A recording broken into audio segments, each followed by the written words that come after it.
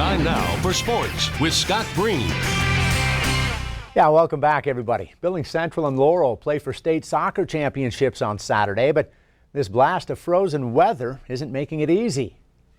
Laurel's guys are history makers, playing their first ever state title match. They even get to host Whitefish and would love to take it a step farther.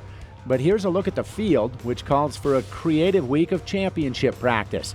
So here they are inside the gym at Laurel Middle School. It's just a different environment, but it's good because we need to adapt to things. I mean, the same as Whitefish, the first time we went and seen them, they handed us a pretty nasty defeat, and hopefully it stung well enough, that we're able to, adapt, and this is kind of maybe some symbolism of that same adapting. Of course, there's also a notable temperature difference. Very hot, very, very hot. Breaking a sweat finally today. I just think it's good to get touches on the ball. We're just trying to practice however we can. The good news in Laurel, their girls are also playing in a championship, their 6th straight title match on Saturday. The bad news, that means finding indoor space for a second team. And with volleyball using the high school gym on Tuesday, that left hallways and the cafeteria available. Not ideal, but not miserable. Yeah, we'll try to make it fun. We get out, the colorful cones and try to make a competitive game out of it, and pretty soon they don't even realize that they're running. And we'll play a little 2v2 in a very cramped space, and they seem to like that a lot. The Locomotives will face Central's girls in Saturday's winner-take-all for the 5th straight year. That match is set for this field at Rocky, which was just plowed late this afternoon. It's a home game for the Rams, who were also stuck inside early this week. It's fun to mix it up. I love futsal. This is actually my favorite type of soccer, so I'm pumped to be in here. The snow is not convenient. Being on a court gets us to move faster, play quicker, so it definitely helps. Truth is, at this point in the season, championship teams are pretty fine-tuned no matter where they work out.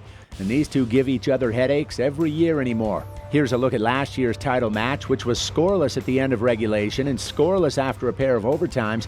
Central would survive at home in a penalty kick shootout that definitely left both sides worn out. That was crazy. I think we were both so even that, I don't know, we won and it was awesome to win, but at the same time we felt bad for them because that's just such a unique way to win and a terrible way to lose.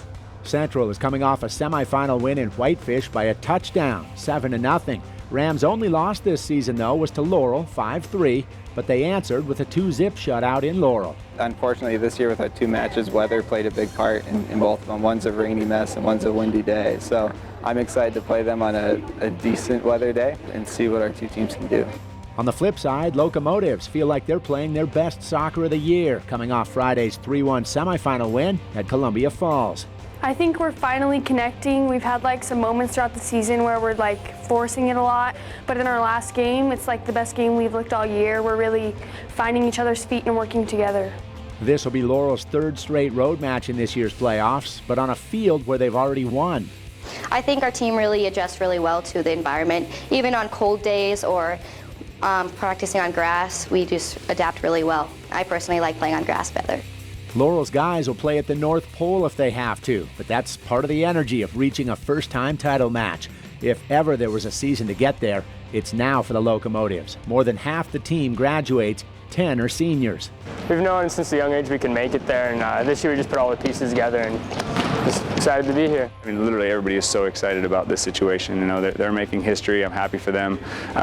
We've said 7 games ago, 7 to go, and we haven't lost since then, and now we're at 1 to go.